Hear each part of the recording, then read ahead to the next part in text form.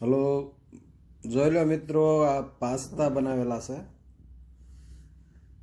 આજ ભૂખ એટલી લાગી હતી ને તો મજા જ આવી ગઈ. મને નથી ખબર આમાં હું નાખ્યું હું નાખ્યું તે અમારા ઘરના એ બનાવેલા છો, મસ્ત બનાવ્યા છે. જો મસ્તીના પાસ્તા બનાવ્યા છે. હાલો મિત્રો, લીંબાળે જમવા આવી આવજો અમારા ઘેરે. પાસ્તા મીઠા મધુર મજાના પાસ્તા. આવડી મોટી સમસી ન હોય. જો તા સમસો છે. હો, સમસી નથી. લાય તો સમસી ક્યાં છે? આવડો મોટો સમસો હોય.